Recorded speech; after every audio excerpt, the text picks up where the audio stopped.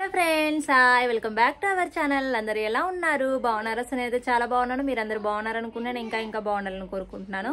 So ఈ రోజు ఈ వీడియోలో ఇడ్లీ పిండితో పునుగులు ఎలాగ చేసుకోవాలని చూపించబోతున్నాను. సో ఈ రోజు అయితే సాటర్డే అనమాట. యాక్చువల్గా సాటర్డే అయితే మేము ఎక్కువగా నైట్ టైమ్స్ టిఫిన్ ఐటమ్స్ వేసుకుంటాం అనమాట. సో ఎప్పుడు ఇడ్లీలు కాకుండా కొంచెం డిఫరెంట్గా ఇడ్లీ పిండితో పునుగులు కూడా చేస్తే కూడా బాగుంటుంది అనమాట. సో ఈ రోజు అయితే ఆ రెసిపీ అయితే మీకు షేర్ చేసుకోబోతున్నాను. సో ఈ వీడియోలో కన్నా చిన్న రిక్వెస్ట్ ఫ్రెండ్స్, మన ఛానల్ ఎవరైనా కొత్తగా చూస్తుంటే ఛానల్ లైక్ చేయండి, షేర్ చేయండి, అలాగే సబ్స్క్రైబ్ చేసుకోండి. సబ్స్క్రైబ్ చేసుకుని పక్కన ఉన్న బెల్ సింబల్ మీరు యాక్టివేట్ చేసుకుని నేను చేసే వీడియోస్ అని మీకు నోటిఫికేషన్ రూపంలో వస్తాయి. So let's get in to the video. So first అయితే దీనికోసం మనం ఇడ్లీ పిండిని అయితే మెజర్ చేసి తీసుకోవాలన్నమాట. సో ఏదైనా ఒక బౌల్తో కానీ అలాగా తీసుకోవచ్చు. నేనైతే ఇక్కడ ఒక బౌల్తో అయితే తీసుకుంటున్నాను. సో ఇది బౌలు, ఈ బౌల్తో ఒక 2 బౌల్స్ వరకు తీసుకుంటున్నాను అనమాట. ఇడ్లీ బ్యాటర్ని ఓ 2 కానీ 2.5 కానీ అలాగా మీకు సరిపడా తీసుకోవచ్చు. నేనైతే ఒక 2 బౌల్స్ అయితే తీసుకుంటున్నాను. ఇందులోకి ఒక స్పూన్ మైదా వేసుకుంటున్నాను, ఒక స్పూన్ ఇంకొంచెం కొద్దిగా వేసుకుంటున్నాను అనమాట.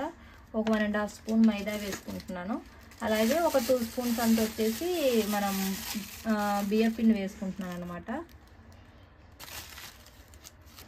2 స్పూన్స్. ఈ క్వాంటిటీలో చేస్తే మాత్రానికి నేను చెప్పేది మెజర్మెంట్స్ అయితే ఎగ్జాక్ట్గా సరిపోతాయి. సో దాంట్లోకే మనం కొద్దిగా కట్ చేసుకున్న కొత్తిమీర కూడా వేసుకోవాలి. ఒక 2-3 పచ్చిమిర్చి కూడా కట్ చేసి వేసుకోవాలి.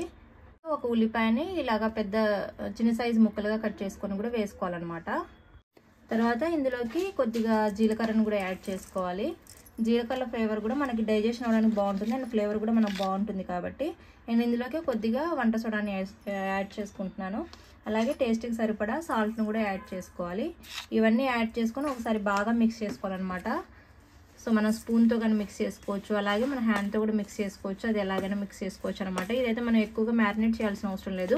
ఇడ్లీ పిండి కూడా ఫ్రెష్దే కాకుండా మనము ఒక రుబ్బిన తర్వాత ఒక 2 డేస్ 3 డేస్ తర్వాత అయితే మనకి టేస్ట్ అనేది బాగా వస్తుందండి. అంటే మనకి బాగా పులిసిపోతుంది కదా, అలాగా పులిసిపోయింది కాబట్టి మనకి ఈ పుల్లగా ఉంటేనే పిండి మనకి టేస్ట్ అనేవి బాగా వస్తాయి.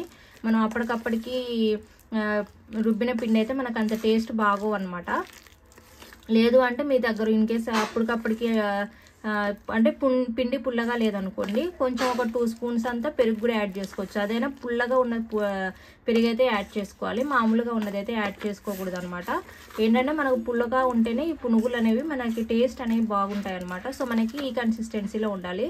దీనిలోకి నేను వాటర్ ఏమీ యాడ్ చేసుకోవట్లేదు. ఎందుకు అంటే మనకి ఇడ్లీ బ్యాటర్ అనేది కొంచెం లూజ్గా ఉంటుంది కాబట్టి దాంట్లోకి మనకి ఇవి సరిపోతాయి.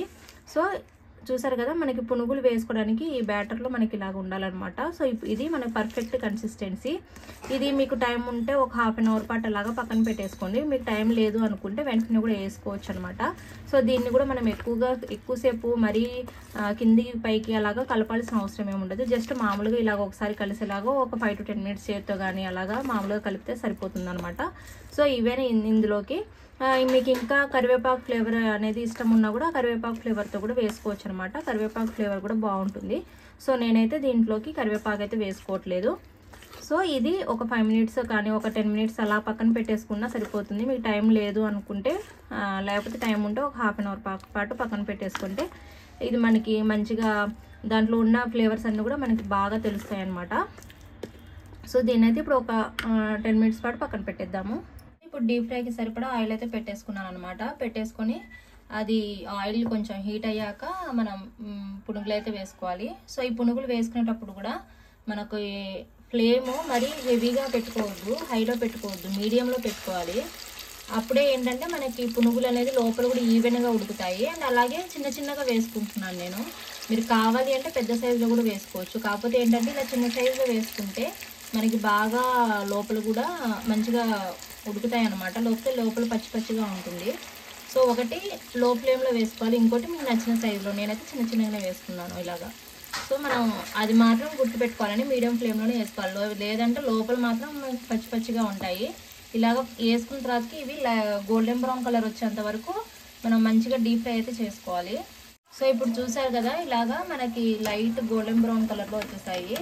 ఇలా వచ్చేంత వరకు వేయించుకోవాలన్నమాట. వచ్చిన తర్వాత వీటిని అన్నిటిని తీసేసుకుంటున్నాను ఇంకో సపరేట్గా ఇంకో బౌల్లోకి. చాలా క్రిస్పీగా అయితే ఉంటాయి అన్నమాట. మనం వేడిగా తినొచ్చు, అలాగే చల్లారిన తర్వాత కూడా ఇవి తినొచ్చు. చాలా బాగుంటాయి టేస్ట్ కూడా. సో చూసారు కదా ఇంత చిన్న సైజులో వేసుకున్నాను అనమాట. సో మనం ఎంత చిన్నగా వేసుకుంటే అంత టేస్టీగా ఉంటాయి అనేది నా ఫీలింగ్. సో అలాగే వేసుకున్న తర్వాత మిగిలిన పిండితో కూడా మనం ఇడ్లీ పిండి అయితే ఇలా వేసుకోవాలి.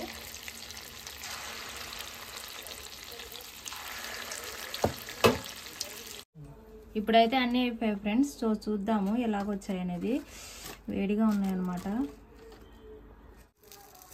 సో చూసారా లోపలైతే మంచిగా మనకి ఉడికిపోయాయి అనమాట. సో ఇలా మీడియం సైజులో వేసుకుంటే ఇలా ఉడికిపోతాయి. సో టేస్ట్ చూద్దాం ఎలా ఉందనేది.